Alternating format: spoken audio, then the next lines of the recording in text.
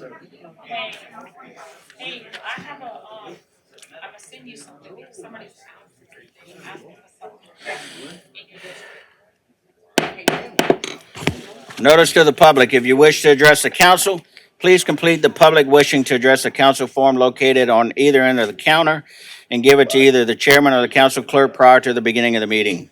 All comments must be addressed to the council as a whole. Addressing individual council members or staff is not allowed, and speakers should be courteous in their choice of words and actions, and comments shall be limited to the issue and cannot involve individual matters or individuals or staff-related matters.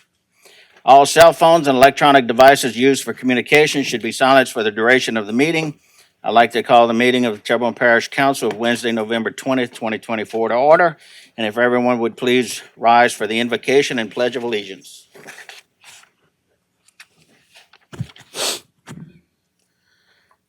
Dear Lord, please guide us so that this meeting can be productive. Lord, we pray that you satisfy the needs that need to be met during this meeting and strengthen us as we make tough decisions. Father, let us be effective and decisive, and we pray this in Jesus' name. Amen. I pledge allegiance to the flag of the United States of America and to the republic for which it stands, one nation, under God, indivisible, with liberty and justice for all. Ms. Smith, may we have a roll call, please? Yes, sir. Mr. Amity. Here. Mr. Champagne. Mr. Hamner. Mr. Babin. Ms. Chauvin. Mr. Trusclair. Mr. Pleasure. Mr. Harding. Mr. Voisin. Mr. Chairman, you have a quorum present. Thank you, ma'am. Approve the minutes of the special session condemnation hearings held on October 29th, 2024. Moved by Mr. Babin, second by Mr. Harding. Members, vote your machines.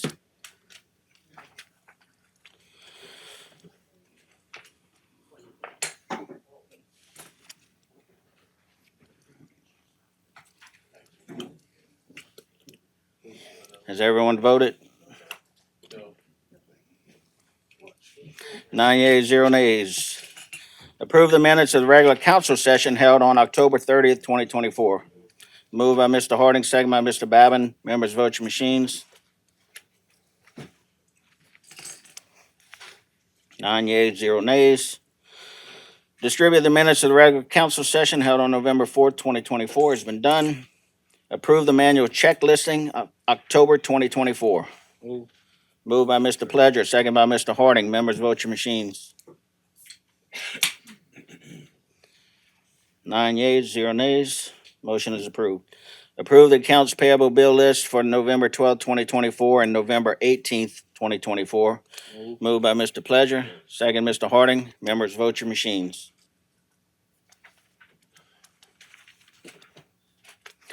9 yeas, 0 nays.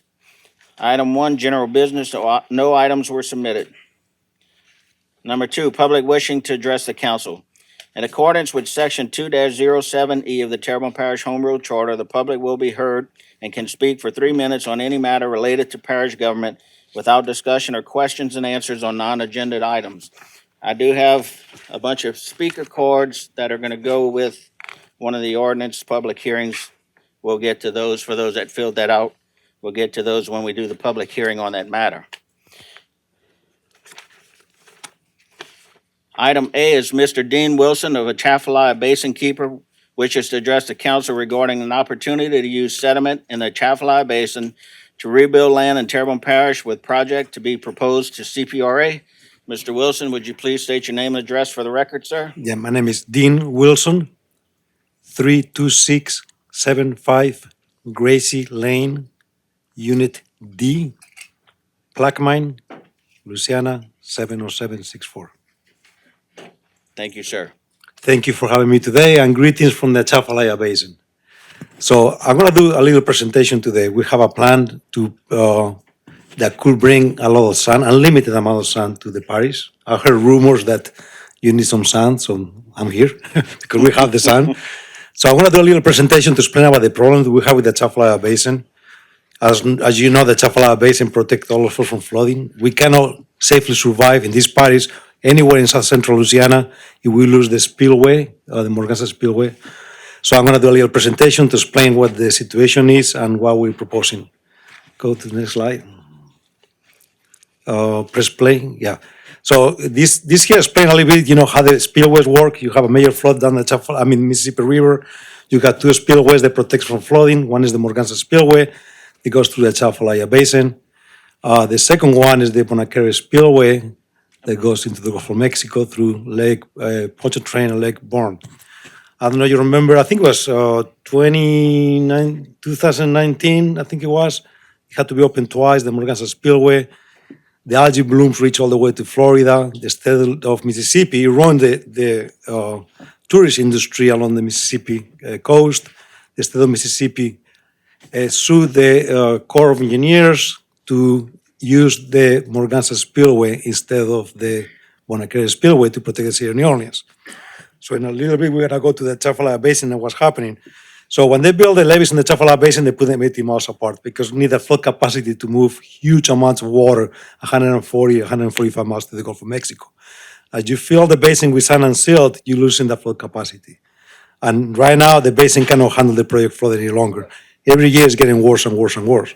Now, if the levees fail along the Chafalaya levees, you can see, depends on where it fell, where the flood is gonna reach. Definitely will go to your parish if it breaks on the east side of the basin. You can go to the next slide.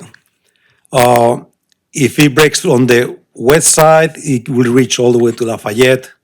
So all the way from Lafayette, Baton Rouge, New Orleans, and everything below it will be affected. And the thing is that we need to think about is once you lose the flood capacity, you can never restore it again. It's gone forever. We cannot, our kids, have a major flood.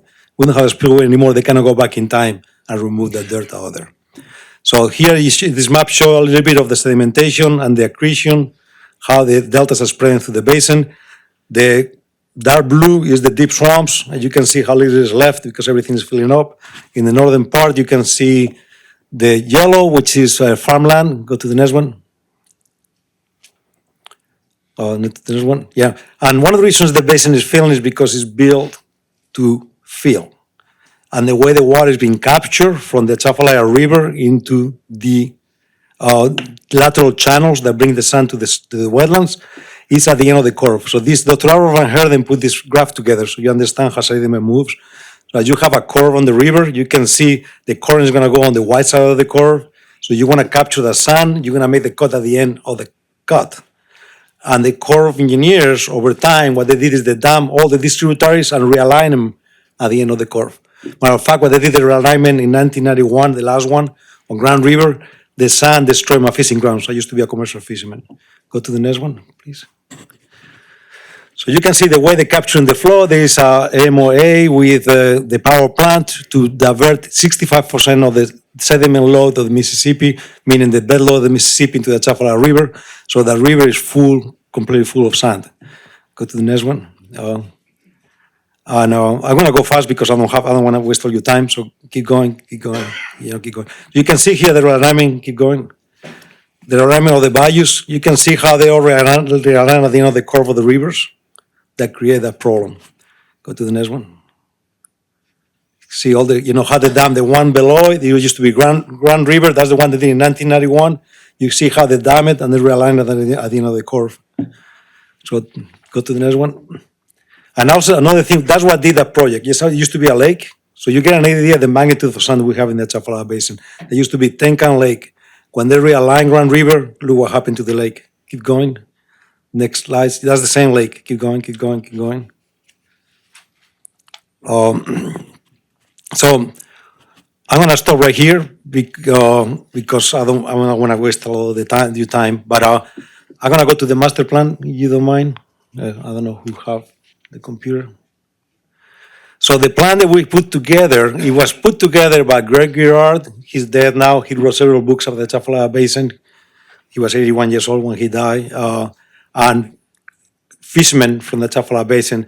So this plan was put down instead of from the state down or the federal government down, from the people up. So you're gonna put it on. No, you don't have it. Oh, okay, I thought you have one in the computer. I was going to show you in the screen. So that plan that we put together, we're going to present to CPRA, have 3 stages. One is going to be to we found ways to keep the sand in the main river.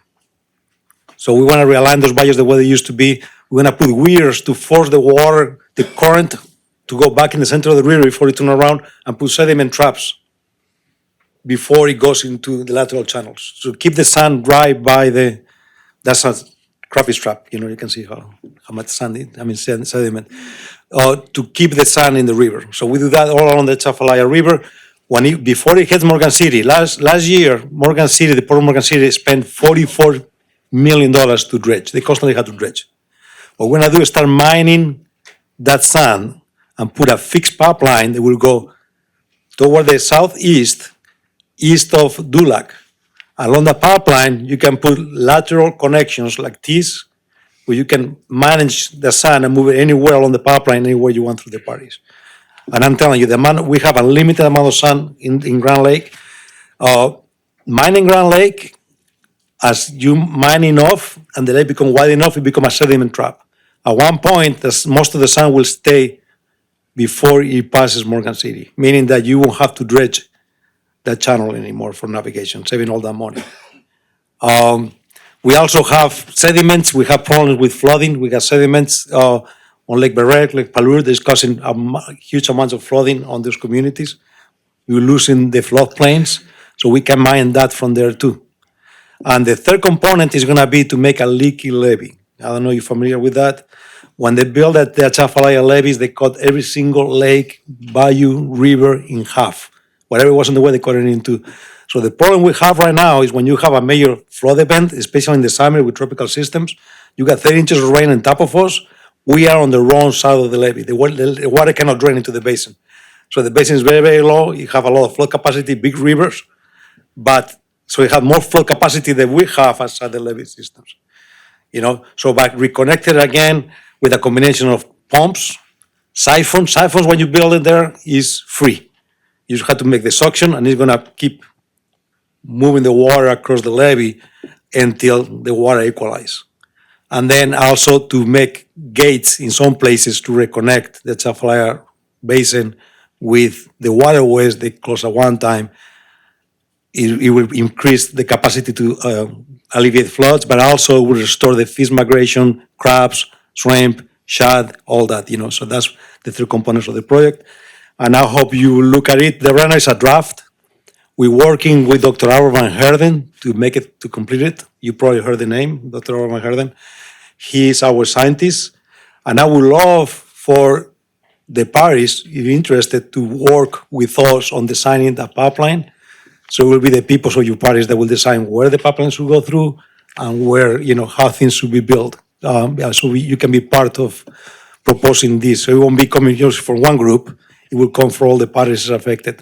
So it's something for you to consider, and I'll give you my card. You want to call me at any time, and I'll be glad to. By the way, these pictures are very important. Look at these pictures of 1941, the Chafalaya Basin in 1941. That's the shale oil field in Valle Sorrel. Notice this everything, nothing but water, thousands of waterways, and go to the next picture. This is today. You can see the difference today. So that's the amount of flow capacity that we lose in the Chafalaya Basin all the time. And we need to stop that from happening. I will be glad to answer any questions. Thank you. Mr. Babin. Yeah, I think this is wonderful. Thank you very much for presenting it. A number of years ago in the council, there was a proposal in the past about this. And at the time, they didn't feel like they had the technology to transport that much sand through pipelines. The other thing was the right-of-ways to get it. So there was some talk about using the existing right-of-ways from pipelines that were there, because it is a long way to carry that sand. This is what you're proposing is excellent. It's also a very expensive project. For some reason, the number $50 billion stuck in my head from something that was brought up years ago. So again, I want to read this. I would like to be very much a part of this because I am in the seafood industry as well. But we need to start harvesting the things that are there, existing for us, to move some of that sand to, it would not go all the way to the eastern part of Terrebonne Parish, but at least the western part of it would. So, thank you very much for the presentation. Yeah, well, the technology is there right now. They think they built already three. One of them is in John Lafitte. There is some videos online that you can watch the amount of land that they built. Okay. That's for the Mississippi River, which is don't have, you mine from one spot and that's it. We're talking about a place that have a lot more sand than that. I just want everybody to realize So- this is not a diversion. This is a pipeline. There's a pipeline, yeah, it won't bring Very all the big polluted difference. water, it's above the chemical plants, Mississippi, big you know. And also you don't have the input, the mud, because you have to have some water moving with the sand, but you don't have the amount of fresh water that a river diversion will bring into the system. So you won't kill the system like a diversion, like Mid-Valatoria will do, you know. Correct. Completely different, All yeah. right. Thank you. Sir. Thank you, Mr. Babin. President Bergeron? Yeah, so just a little bit more clarification. The thing we kind of refer to with the pipeline as a slurry dredge, which is what we found one of the best ways for us to build land. I did talk to Gordy with CPRA, and he wasn't familiar with this project yet. Are you about to present this, and do you have an idea of what it's going to cost yet? I have no idea what it's gonna cost, but I'm gonna tell you one thing, it'll be cheaper than any other, you know how much money they spend in coastal restoration projects? I know that what's the name of that island? Queen Bess Island, it was almost like $600,000 per acre to restore an island. They ain't gonna be there 30 years from now anyway, because sea level rising and subsidence. And this here, once you spend the money, you got the river working for you forever, you know? So it's a good investment, you know, for the future. It's a one-time investment, and then you have to maintain it, and you don't have nothing else to do. The river will do the work for us. Thank you. You good, Mr. Bergeron? Mr. Harding? I think I saw a figure in your slide, but then she was going on with the slide. That was a figure of $2.5 billion. What was that for?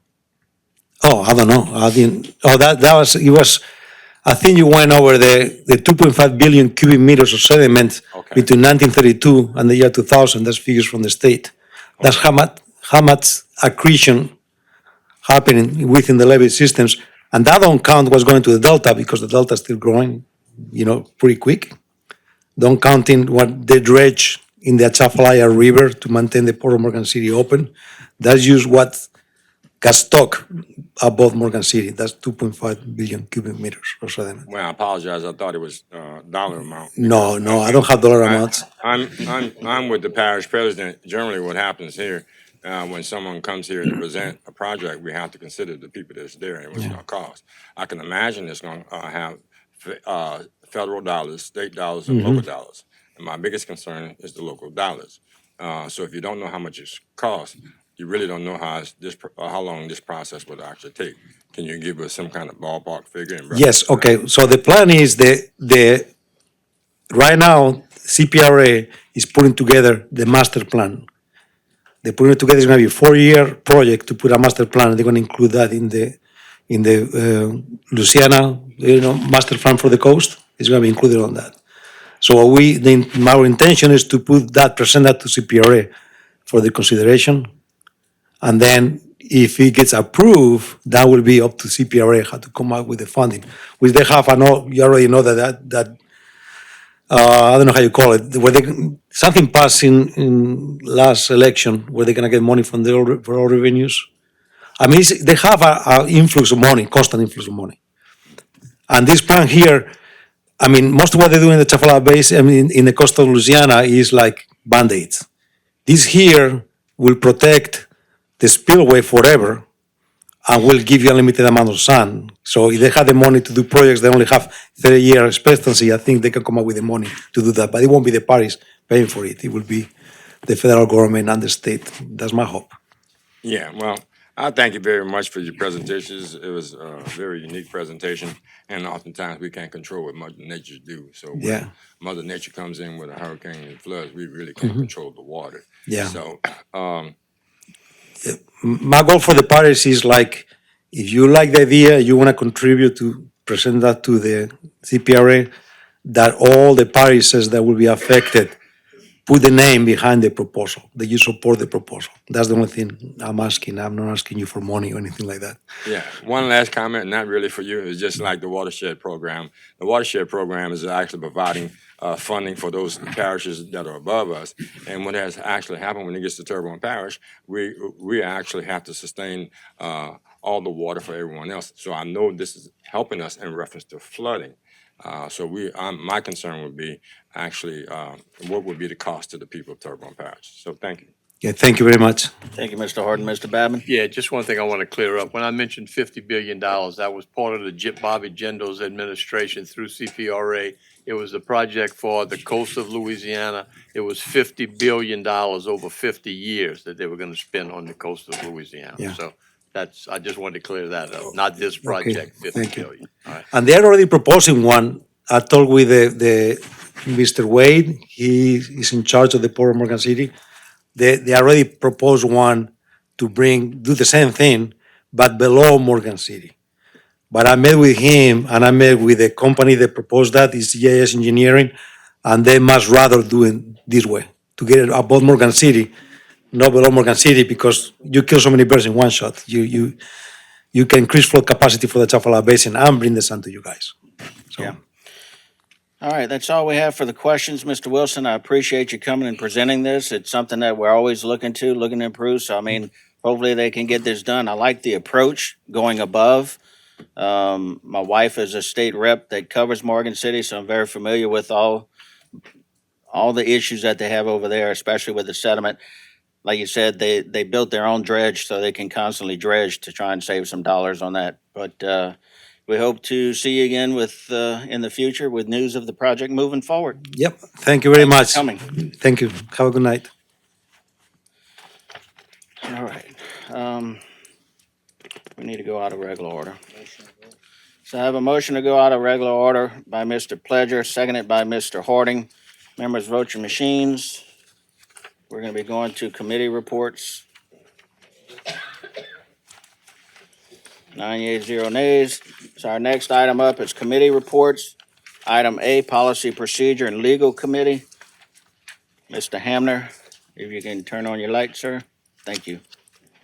Thank you, Mr. Chairman. I make a motion that the council accept and ratify the minutes of the Policy, Procedures, and Legal Committee held on November 18, 2024, and I have one public hearing. Consider the introduction of an ordinance amending the parish code, creating the Grand Caillou Fire Prevention Bureau as a certified fire prevention agency, defining the intent, purpose, and organization of said bureau, and providing for related matters, and call a public hearing on said matter on Wednesday, December 11, 2024 at 6:30 PM. So we have a motion by Mr. Hamner, a second by Mr. Babin. Members, vote your machines. 9 yeas, 0 nays. Motion carries. Next item B, Public Services Committee. Mr. Babin. Thank you, Mr. Chairman. I make a motion that the council accept and ratify the minutes of the Public Service Committee meeting held on Monday, November 18, 2024, and I have two public hearings. One, consider the introduction of an ordinance amending the parish code to establish a 15-mile-per-hour speed limit along the entire length of Christopher Drive, to provide for the installation of said signs and to provide for any other matters relative thereto, and call a public hearing on said matter on Wednesday, December 11th, 2024 at 6:30 PM. And number two, consider the introduction of an ordinance amending the parish code to establish a 15-mile-per-hour speed limit along the entire length of Wayne Avenue, to provide for the installation of said signs and to provide for other matters relative thereto, and call a public hearing on said matter on Wednesday, December 11th, 2024 at 6:30 PM. So we have a motion by Mr. Babin, second by Mr. Champagne. Members, vote your machines. 9 yeas, 0 nays. Motion carries. Item C, Budget and Finance Committee. Mr. Pledger. Thank you, Mr. Chair. I make a motion that the council accept and ratify the minutes of Budget and Finance Committee held on November 16, 2024, and I have four public hearings. Item number one, consider the introduction of an ordinance to declare a surplus adjudicated property located at 103 Fisherman's Lane, in which the parish has 12.5% interest, and call a public hearing on December 11th, 2024 at 6:30 PM. Item number two, consider the introduction of an ordinance authorizing the parish president to execute a cooperative endeavor agreement between Terrebonne Parish Consolidated Government and Laura Hoyt for the right of use of 107 Fisherman's Lane Dulac, Louisiana 70356, parcel ID number 27288, and call a public hearing on said matter on Wednesday, December 11th, 2024 at 6:30 PM. Item number 3, consider the introduction of an ordinance to amend the 2024 adopted operating budget and 5-year capital outlay budget of the Terrebonne Parish Consolidated Government for the following items and to provide for related matters. Item number 1, dedicated emergency fund, $4,362,541. Item number 2, dedicated emergency fund, $2,977,647. Item number 3, dedicated emergency fund, $441,913. Item number 4, Bayou Country Sports Park, $82,957. Item number 5, 5% budget adjustment for sales tax revenue. A, general fund, an increase of $124,123. B, public safety fund, $125,123. C, road and bridge fund, $54,519. D, drainage tax fund, $97,802. E, sales tax fund, $93,035. F, Terrebonne Parish Levy and Conservation District, $54,517. Item 6, 5% budget adjustment for the Parish Prisoners Fund, $700,200. 7, item number 7, sanitation, $81,400. Item number 8, jail plumbing project, $85,340. Item number 9, Hollywood Road Extension Bridge, $200,000, and calling a public hearing on said matter on Wednesday, December 11th, 2024 at 6:30 PM. Item number 4, consider the introduction of an ordinance to adopt the 2025 operations and maintenance budget and the 5-year capital improvement budget of the Terrebonne Parish Consolidated Government as presented by the Parish President and further amended by the Terrebonne Parish Council. To amend, I'm sorry? Thank you. To amend the parish compensation plan for new and/or adjusted positions and to address other matters relative thereto and to call a public hearing on said matter on Wednesday, December 11th, 2024 at 6:30 PM. We have a motion by Mr. Pleasure, second by Mr. Babin. Members, vote your machines. 9 yeas, 0 nays, motion carries. Item 4, streetlights. As per by Mr. Babin, second by Mr. Pleasure. Members, vote your machines. 9 yeas, 0 nays. I have a motion to go back in the regular order by Mr. Pleasure, seconded by Mr. Harding. Members, vote your machines.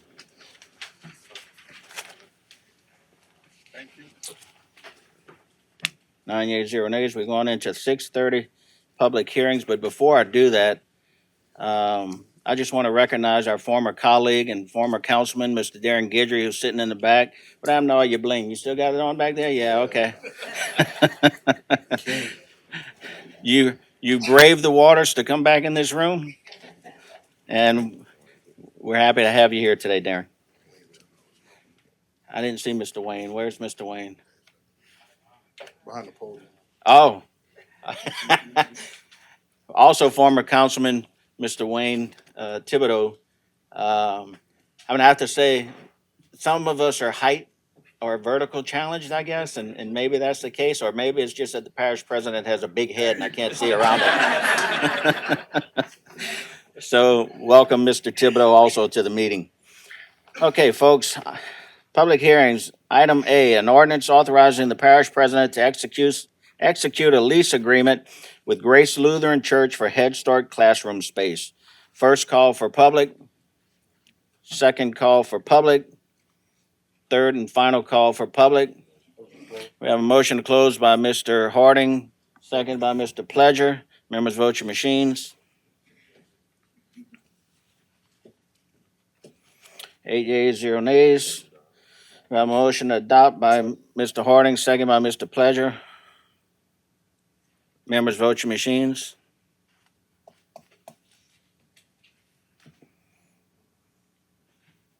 8 yeas, 0 nays. Ordinance is adopted. Item B, an ordinance to appoint Acrisure LLC to serve as agent of record for TPCG's property, inland marine, and flood insurance coverage commencing March 1st, 2025, effective through February 28th, 2026, and to exercise the option to renew insurer's current contract. First call for public.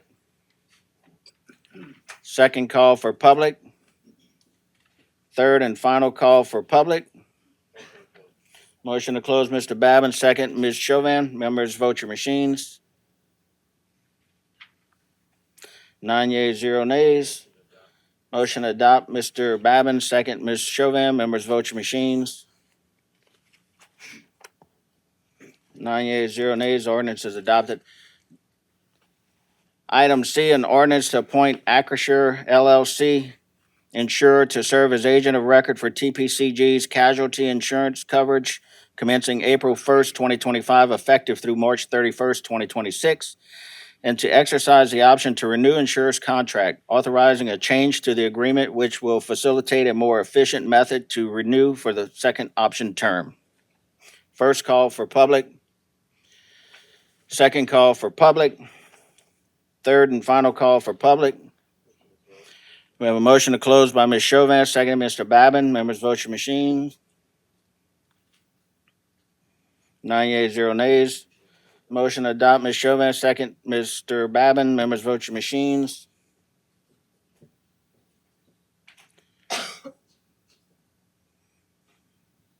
8 yeas, 0 nays. Ordinance is adopted.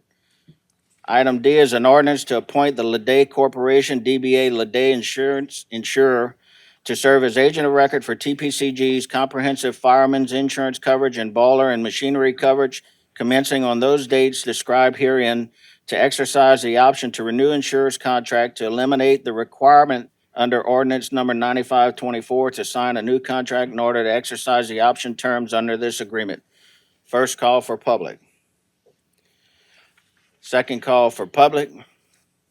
Third and final call for public. We have a motion to close. Who was that? Ms. Chauvin, seconded by Mr. Babin. Members, vote your machines. 9 yeas, 0 nays.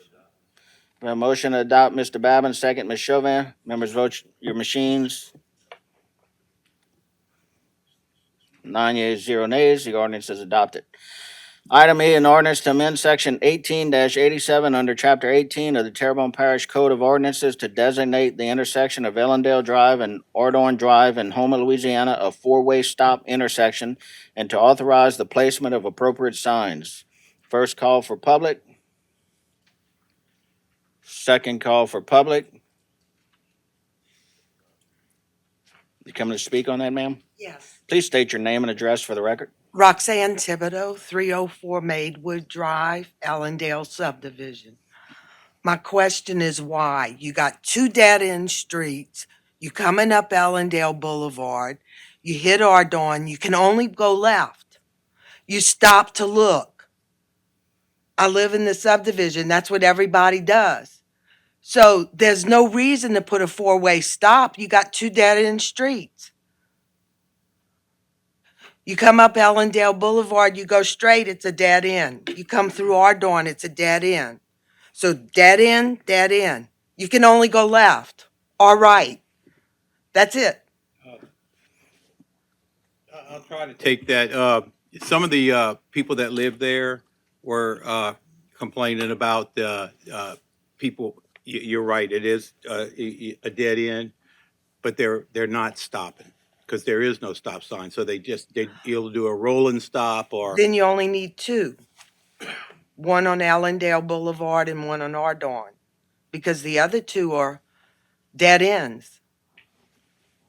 But you still got to come out of that other way, huh? You got houses there, I know.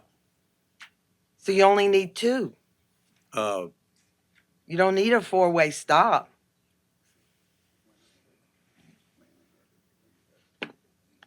some of your neighbors would disagree.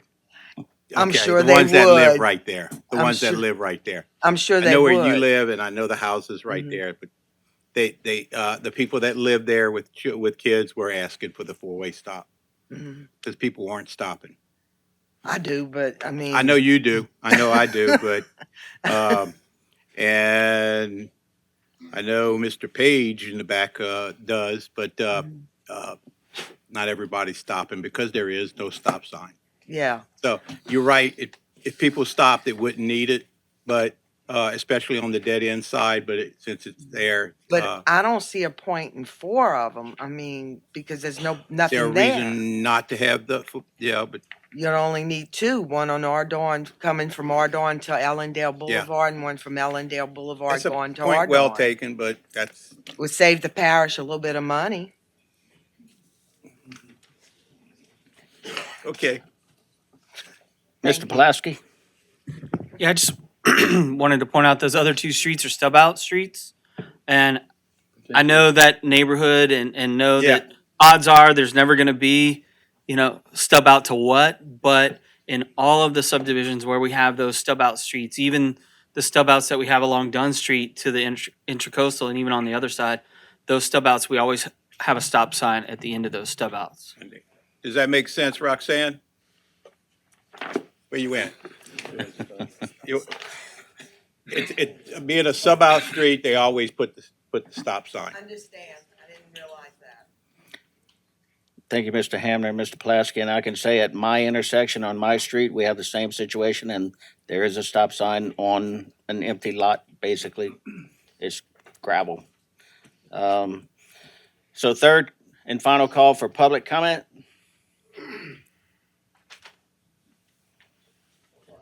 Motion to close, Mr. Trosclair. Second, Ms. Chauvin. Members vote your machines. 9 yeas, 0 nays.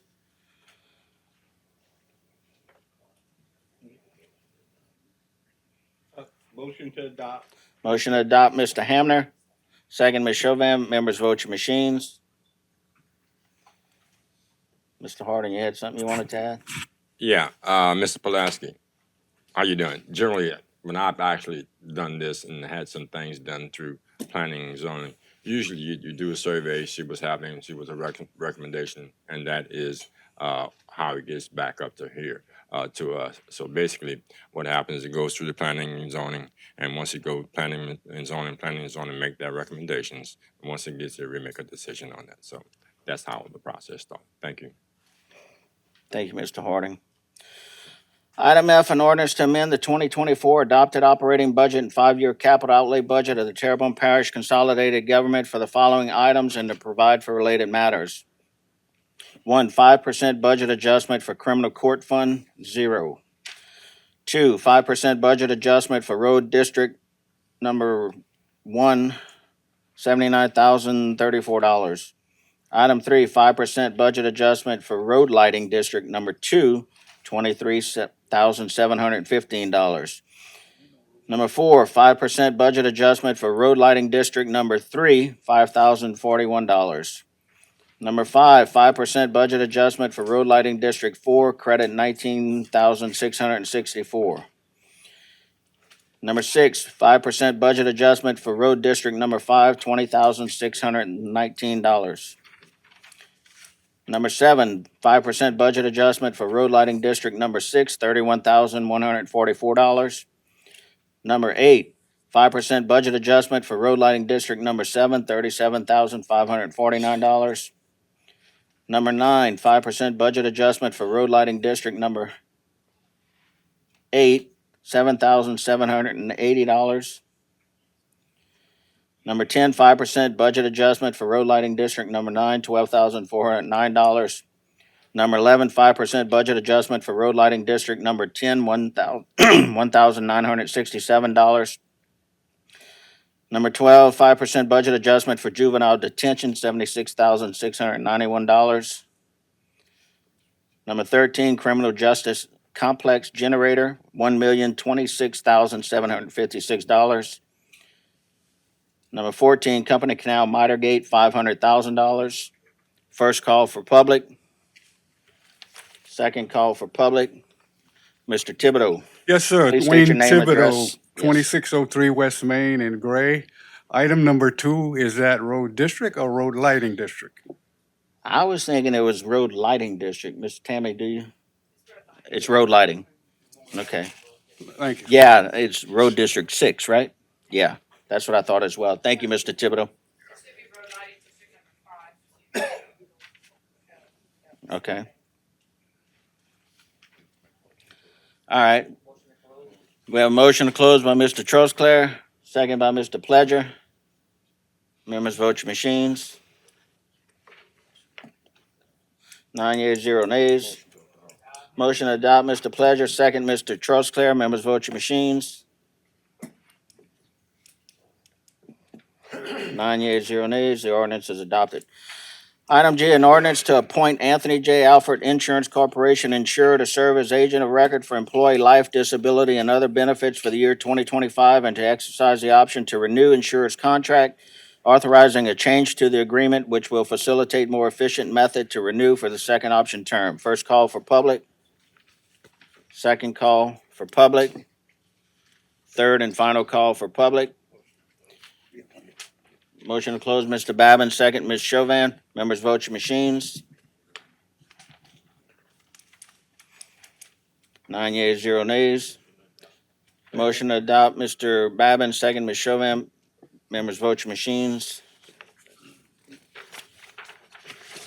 9 yeas, 0 nays. Should have worn my hearing aids. Y'all a little quiet this evening. Item H, an ordinance to adopt Anthony J. Alford Insurance Corporation insurer to serve as agent of record for employee group health benefits for medical, dental, and pharmacy for the year 2025, to exercise the option to renew insurer's contract and to authorize the parish president and designee to enter into an amendment of that contract for the purposes of reducing the insurer's pre-insured broker fee. First call for public. Second call for public. Third and final call for public. We have a motion to close by Ms. Chauvin, second by Mr. Babin. Members vote your machines. 9 yeas, 0 nays. We have a motion to adopt, Ms. Chauvin, second, Mr. Babin. Members vote your machines.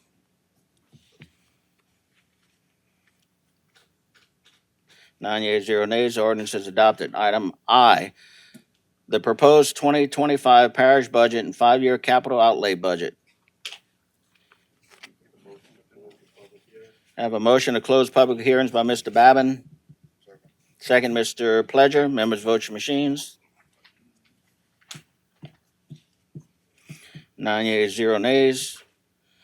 Item J, an ordinance to amend the 2024 adopted operating budget and 5-year capital outlay budget of the Terrebonne Parish Consolidated Government for the following items and to provide for related matters. Number 1, animal shelter, $25,000. Number 2, sewage, $75,000. Number 3, Bayou Terrebonne Miter Gate, $455,000. Number 4, FMA flood mitigation, $465,534. Number 5, Industrial Boulevard Pump Station, $4,626,945. First call for public. Second call for public. Third and final call for public. Motion to close, Mr. Pledger, second, Mr. Babin. Members vote your machines. 9 yeas, 0 nays. Motion to adopt by Mr. Pledger, second by Mr. Babin. Members vote your machines. Has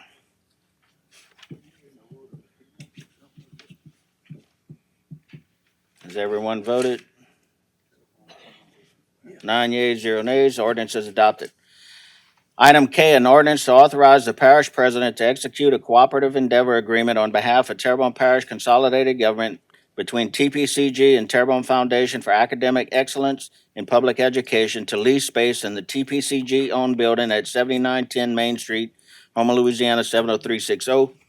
First call public. Second call public. Third and final call public.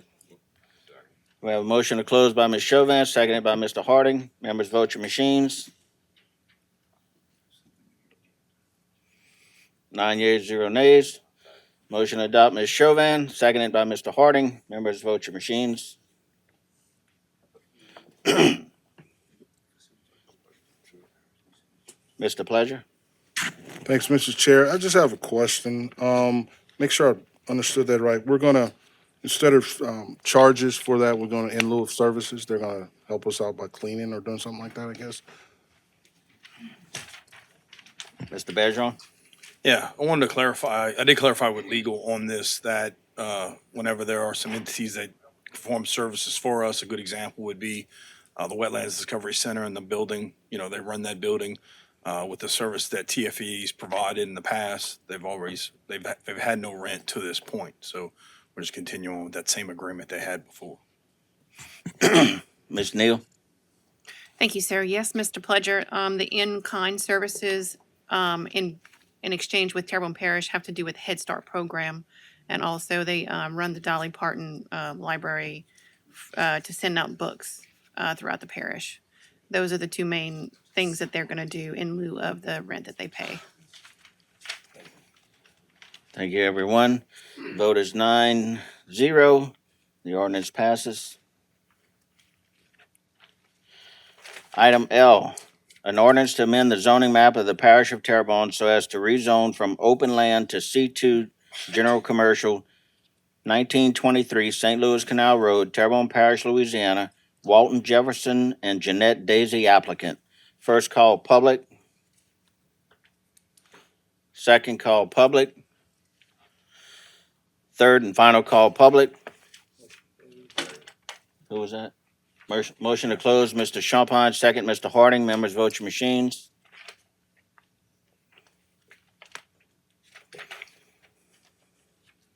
Nine yeas, 0 nays. Motion to adopt, Mr. Champagne, second, Mr. Harding. Members, vote your machines.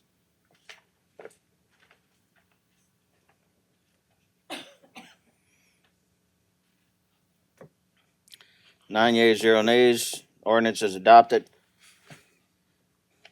Item M, an ordinance to amend the rezoning map of the parish of Terrebonne so as to rezone from R1 Single Family Residential to R2 Two-Family Residential, 114 Banks Avenue, Terrebonne Parish, Louisiana. Cheryl Williams applicant. First call public. Second call public. Third and final call public. We have a motion to close by Mr. Pledger, second by Mr. Harding. Members, vote your machines. 9 yeas, 0 nays. We have a motion to adopt, Mr. Pledger, seconded by Mr. Harding. Members, vote your machines. 9 yeas, 0 nays. The ordinance is adopted. Item N, an ordinance to amend Chapter 16 of the Terrebonne Parish Code of Ordinances by repealing current Section 16-56 and enacting a new Section 16-56 for the purposes of regulating mobile food truck vendors. First call public. Second call public. Third and final call public. A motion to close, Mr. Trosclair. Second by Mr. Pledger. Mr. Trosclair. Yes, thank you, Mr. Chair. Look, I just want to go out saying that I really don't support this as the way it's written, especially the way it's written. I don't think we should be allowing mobile food trucks on parish-owned property, which is the second item on the exceptions to location permits, especially in our historical downtown district. I mean, parish-wide, it's kind of a little bit different, but downtown Houma, we are, we're trying to maintain the historical value of downtown. A couple months ago, we passed an ordinance here to put a bunch of restrictions on the brick and mortar businesses that own in the historical district, requiring them to maintain a certain facade on their properties and maintain insurances and different things. So, this order doesn't have any, it doesn't have any requirements, any mandates that the food trucks have to maintain as far as appearance or what they're putting out in the streets. I don't think we need to. On private property, it's a different. It's as long as they have the necessary permits and insurances. But on public property, unless it's a permitted special event, I think, we ought to not have these food trucks parking downtown on public property. Thank you. Thank you, Mr. Trosclair. Mr. Pledger. Thank you, Mr. Chair. And I just want to ask a couple of questions. I know Mr. Lee noted when we were talking about this at committee, you had mentioned that you gave, or you guys met with the food vendors and also the restaurant owners downtown. Were they represented, the restaurant owners downtown and also the food truck vendors? Because I can't imagine those guys wanting to, bring in the food trucks. I'm just asking a question. Yeah, it was actually my meeting that I had. Oh, okay, I'm sorry. And part of that meeting was a study that showed that the investment in doing foot traffic downtown has about a tenfold return on that. And so we did invite restaurant owners. We did invite food trucks. We invited food trucks that are now restaurant owners. And so even with the new restaurant Ember coming online downtown where Milano used to be, they were in great support of providing food trucks and having that opportunity because it's going to create more foot traffic. Lafayette was part of a study that showed with more increased foot traffic, everybody benefited. And so, as we look through this process, one of the things we thought about was if our employees wanted an opportunity to get some food from a food truck one day, and as a treat to them for the appreciation of the hard work they do, that we could put a food truck by the government tower. I know we had one restaurant owner concerned about that being unlimited, and we said we're going to come back and say we're going to have a one-day max limit on that. So through these conversations, I've been working on this for over a year and really working to make sure that we allow for downtown to be more cool, more hip, to provide where people come downtown and give more and more opportunities and reasons to come downtown. No different than the Christmas stuff we're setting up right now and have an opportunity to do the Cajun Christmas display that we have with the alligators today. Every opportunity we have to bring a person downtown puts more money into Terrebonne Parish and brings people that aren't from this parish into this area. So we're actually going to get better control with this ordinance to how we regulate food trucks. Each mobile unit has to be registered. And if they don't adhere to the things when it comes to the Department of Health, or if they're doing something they're not supposed to be doing with sales tax, the registration is revoked per unit. And they also have to register at a non-charge fee to where the property owner accepts the fact that they're going to be on the property. This is not putting food trucks about all downtown. This is about if your property is zoned for it, which is actually done throughout the state. Throughout the parish, that we just have that same rule apply to downtown. And so, outside of the comments tonight, I've heard nothing but positive comments about the fact that a lot of the food truck owners, and again, two recent ones, which would be Fat Boy Phillies and Body by Thomas, who actually use their food trucks to elevate themselves to create brick and mortar restaurants. How better a way to incubate food business than allowing people to get started? No different than when I started my tech business out of my house and built it into a multi-million-dollar business. So again, we're just trying to do everything we can to be business friendly and promote foot traffic downtown. And that's just where we are, and that's the meeting that we had, and left that meeting with full support. Thank you. Thank you, Mr. Pledger. Ms. Chauvin? Okay, so I have a question. Just wondering, I know the old feed store or whatever it's called now, they're about to put a whole food truck section together. Would it not behoove us to wait to see how they do with that on that part of it and how it affects those? That's one question. And second, why not once a month an event to hold that to see how it would do and how it would affect the restaurants in this area and those that are pouring into the district, into downtown? And the reason why I asked that is because I was contacted by someone, Mr. Bunn, that's a little concerned about it lately. And so I'm just kind of asking those questions, if you can give me some So feedback. the difference is that the feed store is outside the historic downtown Okay. limit. So they can do it tomorrow. I mean, you could get right outside the line and do it all day long. So when you look at what I would consider downtown and just having conversations, you could look at it actually extending out past your traditional historic downtown. Now, Mr. Bunn was in the meeting. He's the one that asked us about the government tower situation. And we said we'd put the one-day ordinance in it. Outside of that, I hadn't heard anything negative for it. So, we have meetings, we bring stakeholders. We have conversations. Everybody in the meeting left saying this is going to be positive for downtown. And then the only thing I heard after that was that we're going to have the one. I could just tell you, we looked at all the food truck ordinances of all the cities in the state that are doing these things and being successful.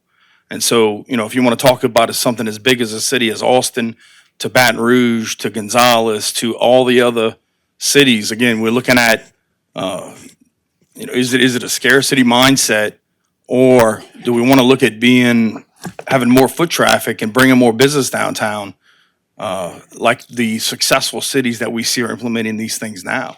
I mean, even going to the conversation, at one point, New Orleans had a setback, and New Orleans removed the setback based on their experiences. And so, it's not like we're just making these decisions on a whim. We're definitely looking at what all the rest of the cities that are having success and doing the things like what Houma can be when it grows up. This is an opportunity for us to make it cool and hip and bring people down. And if somebody comes down to go to a food truck, and again, we're not talking about putting them on the streets. People can do events now if they wanted to, for whatever reason or not. But I know we had a food truck park on the north side of the parish closed down because the food trucks didn't have anywhere else to go at night and on the weekends. And I think that you would provide an opportunity to do just that. Okay. So, but my question would still remain this: would you not have brick and mortar losing business to food trucks? Based on all the studies that I've seen, it actually is promoting the when you look at more food trucks, it actually promotes more restaurants because more people come downtown and they have an opportunity to say, I'm going to go to this, but I can go to that. And I hadn't found a study yet that says that it's going to hurt restaurants. And that's why we brought them all together, had a conversation and said, this is what we're looking at doing. This is why we're looking at doing it. And nobody left that meeting going, we should not do this. All right, thanks. Thank you, Ms. Chauvin. Mr. Pledger?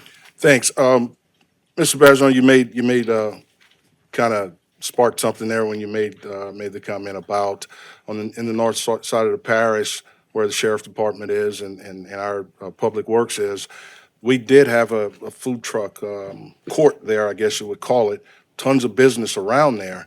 So did we regulate that ordinance wise, or that was just a standalone operation out there for The someone current else? ordinance allows it to happen. Okay, so with that being said, I mean, Monday through Friday, they had the opportunity to have all kinds of business, because if I'm not mistaken, Badi Batama started there with the food truck, and then now he's brick and mortar right off of Hollywood Road there. So with that study, did we really look at that, or why did that one close there? Because there's a lot of industry around there to bring that, to bring that So business the problem in. was it wasn't steady enough you have Monday to Friday, but it's Monday to Friday at lunch.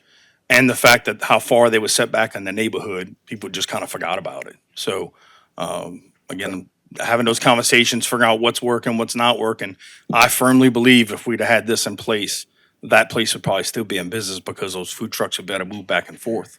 And the other conversation is when you look at the health code that has to be followed, the food trucks have to leave every day. They have to have a commissary. So when you look at all the things that go into play, it does make it competitive. And again, we're talking about something we're going to have to regulate better now than we've been able to in the past. Thank you. Thank you, Mr. Pledger. Mr. Trustclair? Just thank you. Well, I'm kind of piggybacking off of Councilman Pledger. If they generate foot traffic, it seemed like the one in North Park should have people walking all around it. And if they left because they didn't generate enough foot traffic to keep them going.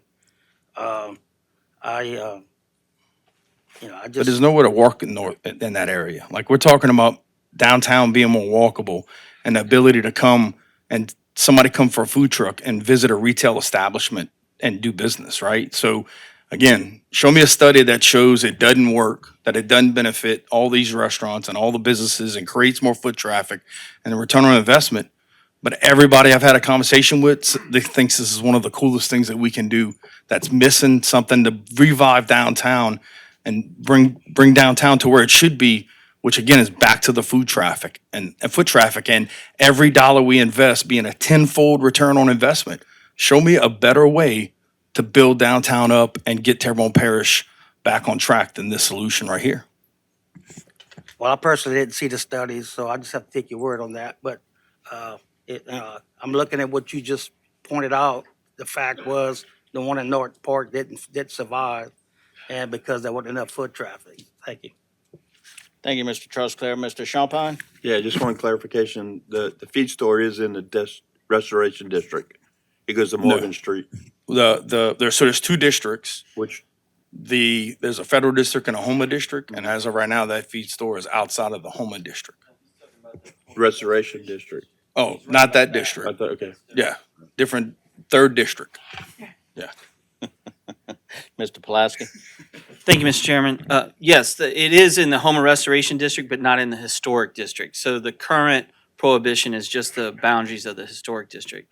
And I just wanted to mention, in the meeting that we had with the food truck owners and the restaurant owners, several of those food truck owners had locations in that North Park, and that they had mentioned that they think that the reason why they just didn't have enough business coming back there was because they were so far back from West Park. There was no visual. People didn't know they were there. And Mike Lewis, who owned that and operated that, is one of our most forward-thinking, entrepreneurs that I've come across in Terrebonne Parish in a while. And, he saw that. So I think that's why he kind of helped, or shut that operation down. But it was mainly because of they were out of line of sight. Thank you, Mr. Pulaski. Mr. Harding? Yeah, in living close to downtown Houma and stuff like that, and noticing the traffic in our position, there's a lot of events that go on that actually have these food trucks, a la trailers pulled by food trucks. Ms. Chauvin mentioned something about the old feed store. Just by trying to find land and trying to find extra land to actually expand, to find locations for housing, I find that there's been some conversation about the property between Lebron Street and Narcan Street. And just recently, I've actually seen a trailer parked over there. And it's a private business outside the district that you're talking about, but it's also incorporate the historical restoration district area. So my concern here, not just for me, but then those people that are out there listening, what's the cost of a license for those trucks? How do you obtain a permit? $100 per unit. $100 per unit for a year? Yes, For an event? for a year. All right. So that's the license and the permits to move from one location to another, the opportunity, zero. Okay. With that being said, the district that you're talking about, I go along with Mr. Trustclair. It's very little property that's there, so we have to find somewhere for those things to park. I think earlier when we had the conversation prior to getting to this point, that was the conversation where we're going to have it parked at. So that's my 2 cents. Thank you. Thank you, Mr. Harding. Mr. Trustclair? Yes, this will be my last time. Now, I did say when I first started thinking, private property is a different story. I just don't think it should be on public property. Private property is a different situation. And then to go back into the foot traffic, everybody's saying those guys left North Park because they didn't have enough support. So it seems to me that these things are mobile for a reason. They don't generate foot traffic, they chase foot traffic. Thank you. Thank you, Mr. Trustclair. Mr. Babin? Yeah, and I have to differ with that because I've eaten at the one in North Park, if that's what it was called, a number of times. And if you did not know it was there, you did not go to it. And there was nothing around there to even walk to. If the study that Jason is talking about creates foot traffic downtown to buy things at other stores that are already there, that's the purpose of this downtown. I think it's unfair to compare to the one that was in the middle of nowhere in the northern part of the parish. Because I'm telling you, I ate there 5 or 6 times and it was great. But the only thing you could walk to was to get back in your vehicle to get away from there, all right? It was probably a mile behind Highway 24, behind the sheriff's department. So again, that was not intended to create foot traffic because there was nothing around there to buy. Downtown is a different story. Thank you. Thank you, Mr. Babin. Mr. Voisin. Thank you, Mr. Chair. Yeah, I'm pretty familiar with the North Park. Where I'm employed is right across the street from it. So I was there when it was doing really well. Seemed to be, but that's a target where they were just targeting an industrial plex, right? They were hoping to get the majority of that industrial plex business, not anybody that thought they were going to get street traffic there. They just fooling themselves. So I think they all was aware of that. And where the ones that became successful was meal prep is their big business for people that want their meals prepped on a daily basis. So some of those have become very successful with that. I agree with the parish president said about the cities that he referred to. My experiences traveling, which I've traveled a lot in my life, to many different states and cities, and downtowns a lot, and cities that compare to Terrebonne population-wise. My experiences were speaking to people there, food trucks downtown where there's restaurants and entertainment and nightclubs and things of that nature. They did not allow food trucks in those downtown areas till 9 p.m. Now, they can go any day of the week they want, but only from 9 p.m. on, when the restaurants, the brick and mortars, close down. Now, these are towns with similar populations as us. You get into larger populated cities, it's a whole different ballgame. There's plenty enough to go around.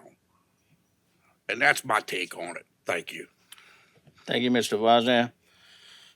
Seeing no more questions, members, we have a motion and a second to close the public hearing, so please vote your machines.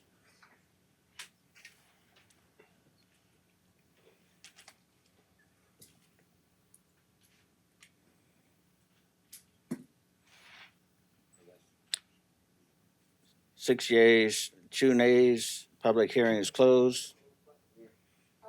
No, that's why I said we're voting to close public hearings. All right, that's all right. So, anyone wish to make a motion to adopt? Yes. Mr. Babin makes a motion to adopt, second by Mr. Champagne. Members, vote your machines.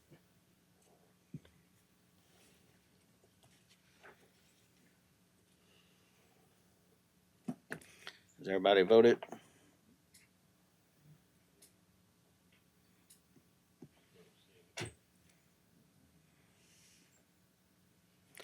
Three yeas, 5 nays, 1 abstention, motion fails. Item O, an ordinance to amend sections 2-403 through 2-406 and Article 8 of Chapter 2 of the Terrebonne Parish Code of Ordinances, Cultural Facilities, to add the Civic Center to the list of facilities subject to fee waivers, to restrict fee waivers to governmental entities hosting civic, safety, health, and economic events open to the public, to provide for non-commercial rental discounts, and to revise rental rates, and to provide for matters relative thereto. I have a lot of speaker cards on that before I call up a speaker. I have a lot of cards in opposition. I will read these out for the record. Ms. Christy Wazan is in opposition, but does not wish to speak. Christine Nakan in opposition, does not wish to speak.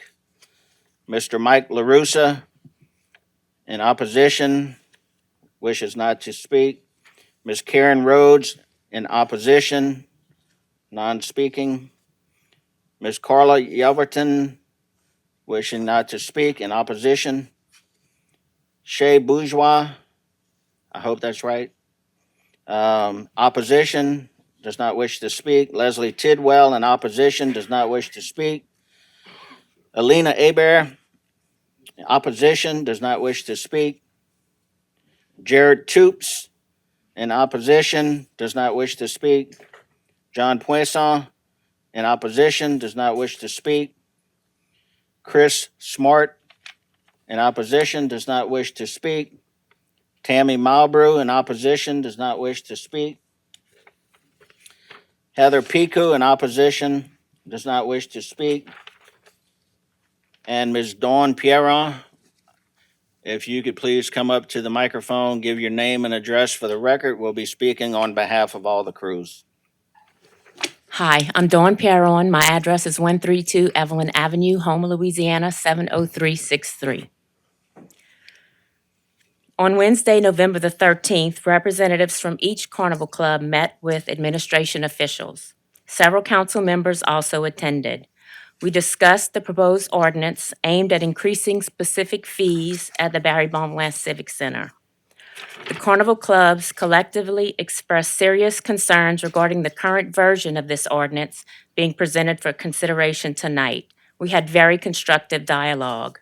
The parties present reached a consensus to refrain from passing the existing proposed ordinance and instead to initiate a collaborative process with Carnival Clubs to devise a more suitable solution. The Carnival Clubs are eager to engage in an open discussion that will contribute to the development of improved ordinance for the benefit of the Civic Center. We ask that you to vote against this ordinance as referred to in letter O of the council's agenda. Thank you for your consideration, and we look forward to working with you in the future. These comments are supported by the presidents of the 10 riding Carnival Clubs: Nanette McElroy, crew of Aphrodite; Tammy Malbrew, crew of Aquarius; Carla Yelverton, crew of Cleopatra; Mark Petrie, crew of Hercules; John Bro, crew of Homas; Angel Cairo Thibodeau, crew of Hyacintians; Alina Hebert, the Irish Italian Parade; Michael Trosclair, crew of Mardi Gras; Chris Smart, crew of Terranians; and Tasha Robichaud, crew of Titans. Thank you, Ms. Perro.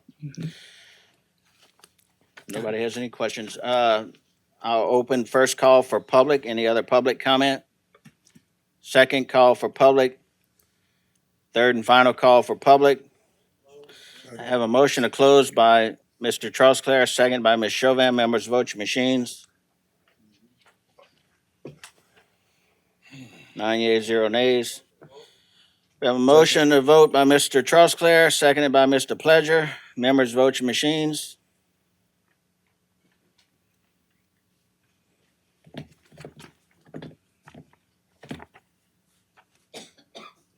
Has everyone voted?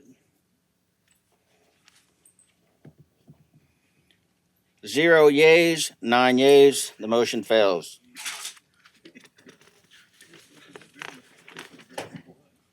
Mr. Harding?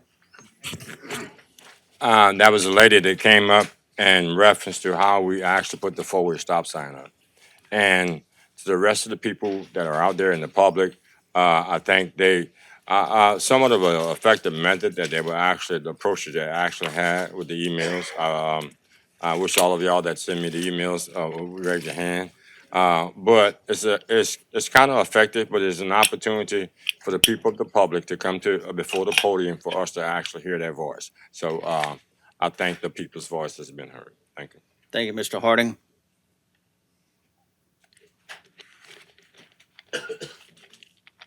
If some of you folks would like to leave and you don't want to disturb us, you can do so right now. We'll wait for you. We're not going to make you suffer and wait for the rest of our items.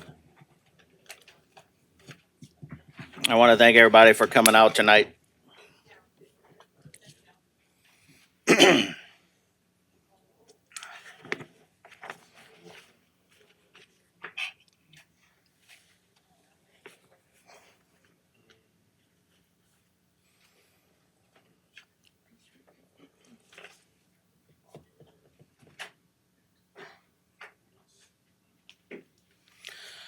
Item 5, appointments to various boards, committees, and commissions. A, Coastal Zone Management and Restoration, one expired term on 10/31/24, representing the oil industry. Mr. Jan Rogers, representing the oil industry, expresses his interest in being reappointed. Mr. Benji Poisson, representing the oil industry, submits application and resume for consideration. We require voice vote on this. We have a motion to open, close, and vote by Mr. Babin. Second, Mr. Pledger. Members, vote your machines.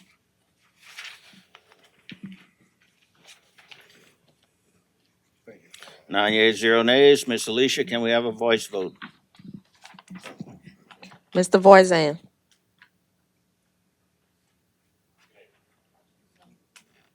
Speak up, folks. Mr. Amity, Rogers. Mr. Champagne, Mr. Hamner, Mr. Rogers. Mr. Babin, Ms. Chauvin, Mr. Trusclair, Mr. Pleasure, Mr. Jan Rogers? Mr. Harding, Rogers. 8 for Mr. Rogers, 1 for Mr. Poinsett. Thank you, Ms. Smith. Congratulations to Mr. Rogers being reappointed. Item 6, council members request discussion. A, Councilmember Clayton Wazan Jr. requests an update regarding the current status of response and recovery efforts following Hurricane Francine. Mr. Parish President. All right, everybody should have been distributed. Yeah, we weren't able to get it up on the screen, Yeah. but we do have copies. Everybody should have been distributed the individual assistance conversation, which has been very interesting when you look at the amount of damage that we received for Hurricane Francine. That we're looking at individual assistance in the tune of $14 million. When you look at the residents that received assistance, you're talking about everything from $750 per resident for those that may be evacuated, got a generator, some other things, all the way to those that might have had the substantial loss and received the full $42,500, of which you can see we had one of those. So on average, the average repair was about $5,200. And so this is, FEMA closed this out as of the 18th with this process, and then people were able to also apply with SBA, which also does home stuff, not besides just business. So, I think it's, when you look at the fact and compare the numbers of the fact that we had 1,235 total damaged structures, with 18 of those being completely destroyed, and 53 of those being a major damage, which is usually about 75% or higher. We had 386 total locations receive damage as far as our system-wide line repairs with the electrical grid, which included 325 leaning poles, 26 broken poles, 14 utility assets, and 23 streetlights damaged. And so, comparably to the damage we received versus the funding put out post-Francine, we understand a majority of that was in that $750 range for residents individually. So that's where we are as far as that recovery. Of course, we hadn't had a conversation yet on what, if any, funding might come through with Francine related, similar to what we did with Ida. I want to say we had a little over 100, I don't have in front of me, items that were repaired for Francine that were damaged for Ida. And we have 699 system-wide line repairs to replace, and we're about 28% complete on that system-wide line repair. If there's any other information y'all need to know, let me know. Clayton, you had some questions? Mr. Wazan? Thank you, Mr. Chair. I'd put this on the agenda because I thought the timing would probably be good. I didn't know if we were 100% caught up after, or 90, 80. And the numbers were great. Yeah, thank you. Caught up as far as anything Well, particular? As any deficiencies from the hurricane that, the effect of the hurricane that we haven't addressed yet, or maybe we haven't been able to get to due to funding or anything like that. Ms. Malden?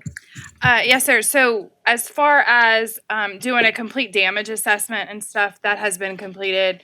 We actually had an exploratory call with FEMA one day this week, so we're starting that process with being reimbursed for Francine. But like we just mentioned, all of these things, we got to keep them all separate, so it gets a little confusing. But we are starting in that recovery to hopefully get some of the things reimbursed to the parish. And do you have any idea where we're at as far as what we know is going to be out of pocket for the parish? I don't have a dollar amount. The way that the declaration was done, it is a 75-25 match, so anything is going to be 25%. I don't have the total damage assessment. I don't remember the number, but I can get that for you, what we estimated. Of course, the largest pick is going to be the debris pickup and the utilities. So, what you always have after a storm. Yes, ma'am. Yeah, look, I just like to say, thank God it wasn't a Ida, that type of catastrophic damage, but it did create a lot of damage, in the parish. And, once again, like we've done before, just want to commend the administration, all my colleagues up here that worked extra hard during that and continue to work on things and getting those things repaired. So thank y'all all for that. Thank you, Mr. Wazam. Mr. Harding? Yeah, I was Mr. Voisin, because basically when the parish president, he talked about individual incomes and how they benefited from it or they did not benefit. What was the damage to other people's, and that was my concern. In reference to the damage, now I'm finding out that we really don't know what the full assessment of the damage that we actually have. And the recovery process will be similar to the one that we had with either that you, whatever the damages are, that you would actually get a committee together and submit an application to actually get the 75-25 funds, right?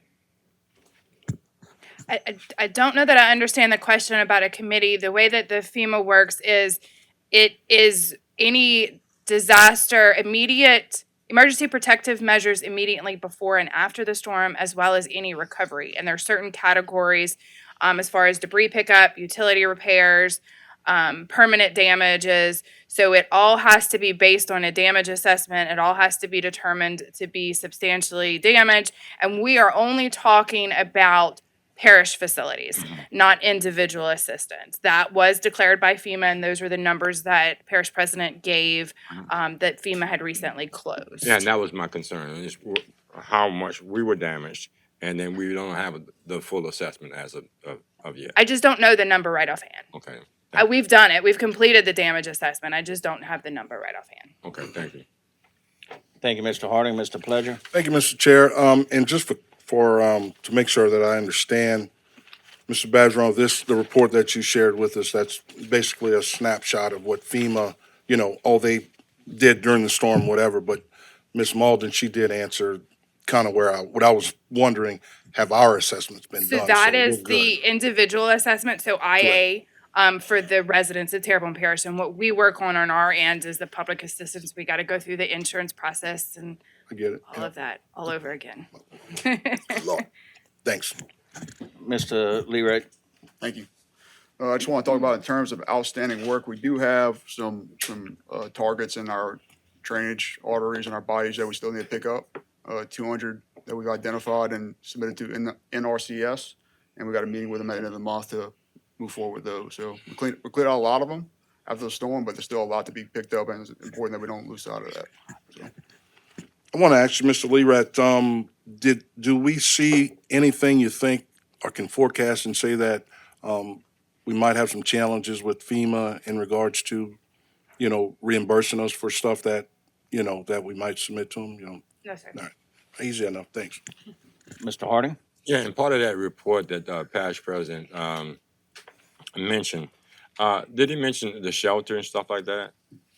So we would actually receive some funding back from the shelter that's there. So that would be part of not only just the damages, but then anything that's dealing with the So shelters. as far as the sheltering, the sandbags, any preparation that Drainage Public Works did for culverts and all of, draining it all down, all of that is part of that emergency protective measure. So we are reimbursed that as long as we follow procurement guidelines and all of that, which we know we have in place. We have all of our contracts pre-scripted. So yeah, FEMA is going to question everything we would submit to be reimbursed, but at the end of the day, we will be reimbursed for it. All right, seeing no further, moving on. Item 7, 7, vacancies to various boards, committees, and commissions. A, Recreation District Number 2-3 Board, 1 expired term. Coto Fire Protection District Board, 1 expired term. Children and Youth Services Board, 2 expired terms, each representing one of the following: Faith-Based Organization and Bayou Area Children Foundation. Downtown Development Corporation, 6 expired terms, each representing the following entities: 3 representing the council, 1 representing the Chamber of Commerce, 1 representing the Historical Society, and 1 representing downtown merchants. Municipal Civil Service Board, 1 expiring term on 11/29/24, representing the council nominated by Nicholls State University, and 1 vacancy due to resignation representing the council nominated by Nicholls State University.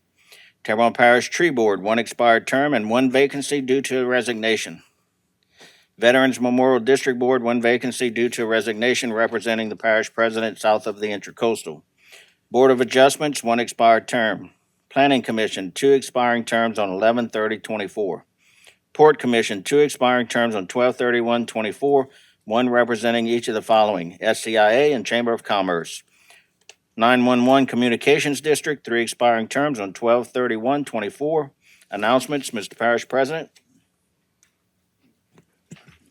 Yes, just want to wish everybody happy Thanksgiving. Make sure you spend time with your loved ones and to remember to be thankful for the opportunities that you get to do every day. Thank you, sir. Council members, Mr. Wazner. Thank you, Mr. Chair. I'd like to echo that and wish everybody a happy Thanksgiving, and please be safe if you're gonna fry a turkey. Make sure it's thawed all the way before you put it in the grease. Follow all the safety precautions. Thank you. Thank you, Mr. Wazner. I have a question for Ms. Triggs. We didn't have any engineering reports? Okay. Thank you, ma'am. Motion adjourned, Mr. Trusclair, second, Mr. Harding. Members, vote your machines. Oh, you know what? Why you can't like change your vote? Like if you